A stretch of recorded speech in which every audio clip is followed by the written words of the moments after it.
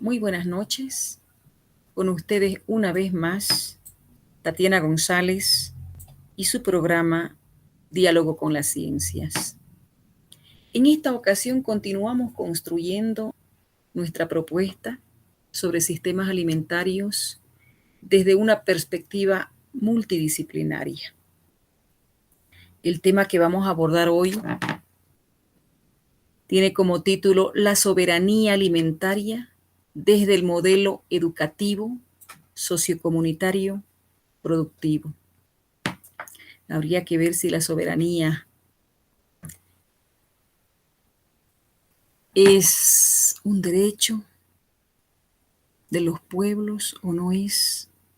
Vamos a ver y analizar al respecto con nuestra invitada de hoy, Valeria Patiño Gómez.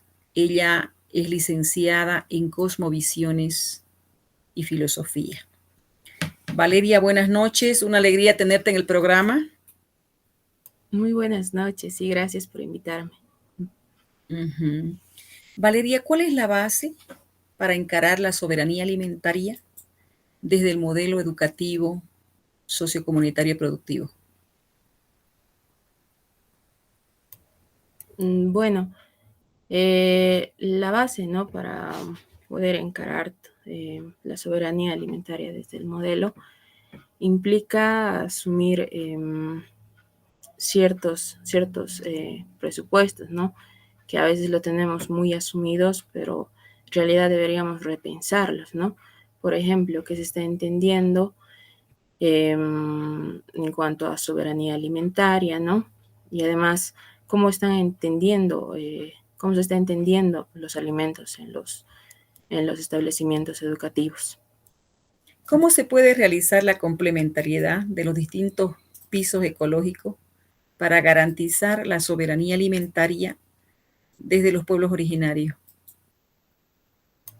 Bueno, podría decir que si no producimos, no podemos relacionarnos con el otro. Por ejemplo, los pueblos andinos, ¿no?, los pueblos indígenas originarios, hacían un intercambio de alimentos, ¿no? El de arriba cambiaba, por ejemplo, el charque por papita, y el de abajo intercambiaba también otros alimentos que producían en su contexto con los de arriba, ¿no? Pero este intercambio no solo era como un método de supervivencia, sino también este intercambio implicaba cariño. En ese intercambio había un cariño, ¿no? No simplemente era un intercambio para poder sobrevivir. ¿Cómo se llegaría a comprender y asumir la soberanía alimentaria desde la sabiduría de los pueblos en la acción en aula? Y, bueno, como decía, ¿no? Mi respuesta va a ir acorde a la primera pregunta que me hizo, ¿no? Los alimentos dentro de los establecimientos educativos suelen ser entendidos como mera mercancía. Son algo que se toma y se consume acríticamente. No se sabe de dónde vienen ni quién produce, ¿no?, estos productos. Más aún, esta disposición frente a los alimentos evita la tarea de preguntarse sobre quiénes no pueden acceder a dichos alimentos. ¿Qué propones al respecto, Valeria?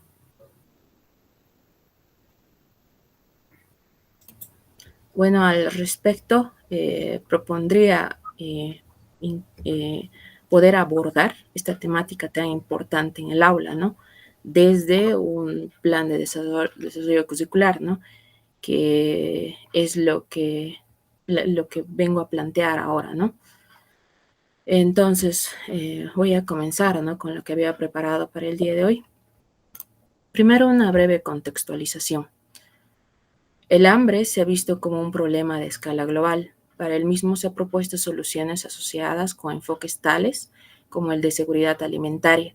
La definición de seguridad alimentaria fue acuñada en la Conferencia Mundial de la Alimentación en 1974, en la cual se estableció que existe seguridad alimentaria cuando todas las personas tienen en todo momento acceso físico y económico a suficientes alimentos inocuos y nutritivos para satisfacer sus necesidades alimenticias y sus preferencias en cuanto a los alimentos, a fin de llevar una vida activa y sana.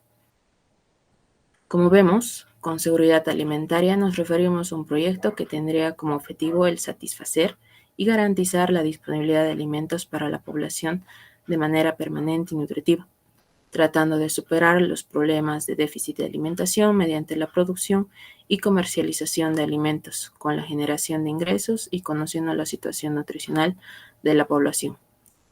Ahora, si bien la propuesta anterior es estimable en muchos sentidos, no responde a una cuestión neurálgica. ¿Quiénes serían aquellos que aseguran esta alimentación? ¿De dónde vendrán estos alimentos nutritivos que nos permitirían a todos satisfacer nuestras necesidades? A estas preguntas responde una propuesta alternativa. Nos referimos a la propuesta de soberanía alimentaria. Con este concepto se busca establecer el derecho de cada pueblo a mantener y desarrollar su propia capacidad para producir alimentos básicos, respetando su diversidad productiva y cultural conforme a criterios de desarrollo sostenible. Es decir, bajo la propuesta de soberanía alimentaria, el problema de los alimentos es un problema común. Sin embargo, así no se posibilita el acceso soberano de los pueblos a alimentos. Si no somos capaces de producir en una lógica reciprocitaria, pero bueno, tomando la lógica reciprocitaria desde los pueblos indígenas originarios, ¿no? Esta podría ser una palabra homeomórfica, ¿no? En la que no estamos hablando en el sentido, de la que no estamos hablando en el sentido occidental. Eso hay que tener muy en cuenta. No seremos capaces de asegurarnos entre todos y para todos los alimentos, ¿no? Si es que no seguimos esta lógica reciprocitaria, pero enmarcada dentro de una concepción, ¿no? De los pueblos indígenas originarios. Ahora, después de hacer esta breve contextualización, quisiera pasar a la propuesta, ¿no? Que tengo preparada para el aula. Lo que haremos en lo sucesivo será reflexionar sobre las prácticas asociadas a la soberanía alimentaria desde el modelo educativo sociocomunitario productivo, ¿no? Que es el modelo que plantea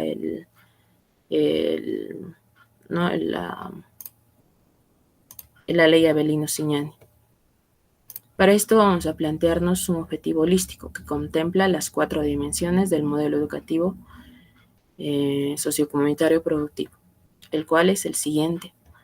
Asumimos la importancia de la reciprocidad en la agricultura de los pueblos originarios andinos, reflexionando sobre la complementariedad interecológica a través de la recuperación y registro audiovisual de saberes sobre el trueque entre comunidades de distintos pisos ecológicos, para proyectar los saberes agrícolas andinos como modos de ser que nos permitan fortalecer nuestra soberanía alimentaria. Este objetivo holístico podría desglosarse en distintos PDCs, ¿no? En distintos planes de desarrollo curricular, a partir de lo que implica la descripción de las 4 dimensiones, ¿no? Que son el ser, saber, hacer y decidir. Bajo el modelo educativo sociocomunitario productivo, la dimensión del ser se refiere a los principios y valores que están expresados en prácticas y vivencias, en interacciones donde tienen lugar sentimientos, actitudes y pensamientos. Entre los principios y valores que nos interesan desarrollar en este apartado, según el objetivo holístico que propusimos, nos enfocaremos en el de reciprocidad, visto desde las relaciones de intercambio en los pueblos originarios. Joseph Sterman, filósofo que ha trabajado de cerca la filosofía andina, puede ayudarnos a clarificar aquello que entendemos por reciprocidad. Este autor señala que las experiencias de intercambio en los pueblos originarios están siempre guiadas por un principio de reciprocidad. A cada acto corresponde como contribución complementaria un acto recíproco. Además, este principio no solo se rige en las interrelaciones humanas, es decir, entre personas o grupos, sino en cada tipo de interacción, sea esta intrahumana entre ser humano y naturaleza, o sea entre ser humano y lo divino. De la misma forma se expresará Hans van der Berg al decir que en las comunidades aymaras, la reciprocidad, la interacción y el equilibrio rigen también entre los hombres y la sociedad extrahumana. Otro ejemplo lo podemos ver en el principio Aini. parte de la cosmovisión andina, el cual representa el orden social y físico, un orden que exige reciprocidad, no necesariamente equivalente ni simétrica, pero sí constitutiva de relaciones basadas en la correspondencia. Pero quizá el ejemplo más notorio de la aplicación de este principio sea el trueque dado en los pisos ecológicos de la región andina. La economía resultante de esta aplicación se ha denominado a veces como economía de subsistencia, en la cual el ganadero hace el trueque con el agricultor, el poblador de la región altoandina Puna intercambia su charque con el chuño y del poblador de la región Surti con el Lloclu o el choclo, ¿no? Conocido más popularmente con el muti, con el mote, del residente de la región quechua, ¿no? Hasta con las frutas del poblador de la región Yunca. Visto de este modo, asumiendo la reciprocidad del modo en que la comprenden los pueblos originarios, para comprender y asumir la soberanía alimentaria, la relación que se tiene con los alimentos no podría ser nunca unidireccional. Uno no podría simplemente recibir cierta alimentación, sino que en ese recibir vendría supuesta una deuda de alimento. Recibir alimento supondría en algún momento dar alimento.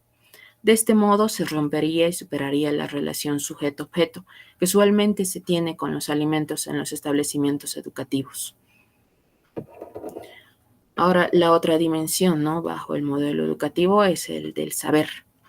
La dimensión del saber hace referencia al aspecto cognitivo en sentido de conocer, clasificar, conceptualizar, analizar, comprender saberes y conocimientos en términos de contenidos.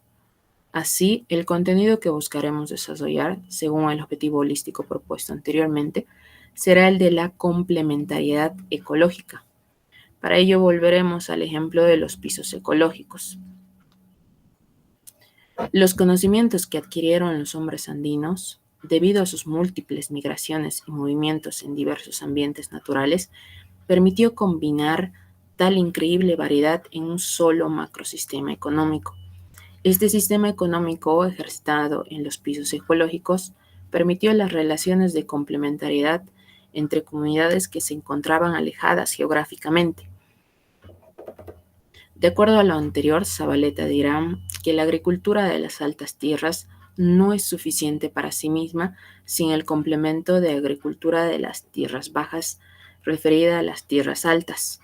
De esta manera se puede comprender al espacio como una reciprocidad territorial en la que un espacio no puede concebirse sin otro espacio. El hecho de que la agricultura sea manejada desde los pisos ecológicos, desde la misma comunidad y entre comunidades, hace posible y accesible la producción y el consumo generalizado de alimentos. Estas relaciones de complementariedad dan cuenta de aquello que se puede entender por soberanía alimentaria.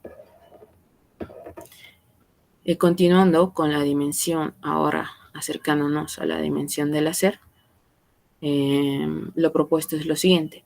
La dimensión del hacer, según el modelo educativo sociocomunitario productivo, hace referencia a las capacidades y habilidades para realizar alguna cosa y no quedarse en solo saberla de modo teórico.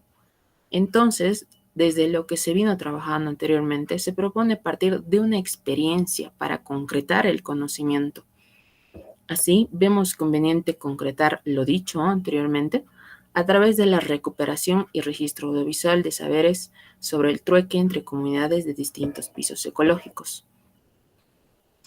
Los saberes y conocimientos de las naciones y pueblos indígenas originarios se encuentran en las distintas manifestaciones y expresiones que se dan al respecto de los conocimientos medicinales, la producción agrícola y crianza de niños y niñas. Debido a la colonización, estos saberes quedaron relegados y desvirtuados hasta el punto de reducirse, pero sin por ello desaparecer.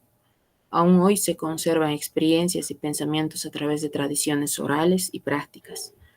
Los pueblos poseían conocimientos sistemáticos que alimentaban la producción de un sentido de vida específico, pero que fueron interrumpidos por el colonialismo. Estos conocimientos no están muertos, A pesar de los intentos de la colonia, los conocimientos de los pueblos aún perviven y es necesario vivenciarlos para poder teorizarlos y posteriormente asumirlos.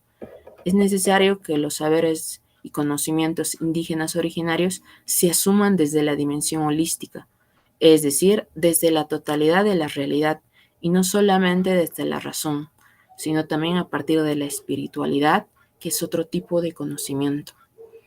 Este vivenciar los conocimientos y saberes de los pueblos implica conocerlos, pero no solamente racionalmente, sino a través del sentimiento, y a partir de ello comprender y asumir estos saberes.